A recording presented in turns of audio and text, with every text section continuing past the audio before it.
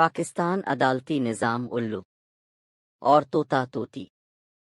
کہتے ہیں کہ ایک طوطا طوطی کا گزر ایک ویرانے سے ہوا۔ ویرانی دیکھ کر طوطی نے طوطے سے پوچھا، کس قدر ویران گاؤں ہے؟ طوطے نے کہا، لگتا ہے یہاں کسی الو کا گزر ہوا ہے۔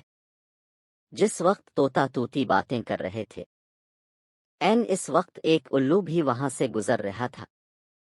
اس نے طوطے کی بات سنی اور وہاں رک کر ان سے مخاطب ہے کر بولا، تم لوگ اس گاؤں میں مسافر لگتے ہو، آج رات تم لوگ میرے مہمان بن جاؤ، میرے ساتھ کھانا کھاؤ۔ الو کی محبت بھری دعوت سے طوطے کا جوڑا انکار نہ کر سکا اور انہوں نے الو کی دعوت قبول کر لی۔ کھانا کھا کر جب انہوں نے رخصت ہونے کی اجازت چاہی تو الو نے طوطی کا ہاتھ پکڑ لیا اور کہا، تم کہاں جا رہی ہو؟ طوطی پریشان ہو کر بولی، یہ کوئی پوچھنے کی بات ہے، میں اپنے خاوند کے ساتھ واپس جا رہی ہوں۔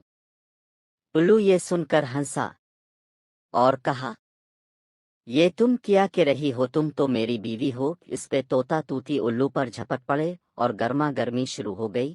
دونوں میں جب بحث و تکرار زیادہ بڑھی تو الو نے طوطے کے سامنے ایک تجویز پیش کرتے ہوئے کہا، ایسا کرتے ہیں، ہم تینوں عدالت چلتے ہیں اور اپنا مقدمہ قاضی کے سامنے پیش کرتے ہیں، قاضی جو فیصلہ کرے وہ ہمیں قبول ہوگا۔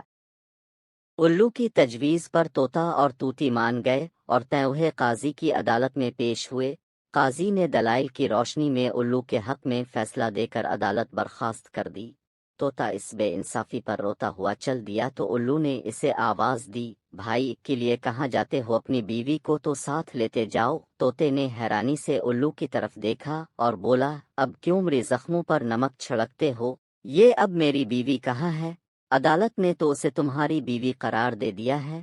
الو نے طوطے کی بات سن کر نرمی سے بولا، نہیں دوست طوطی، میری نہیں، تمہاری ہی بیوی ہی۔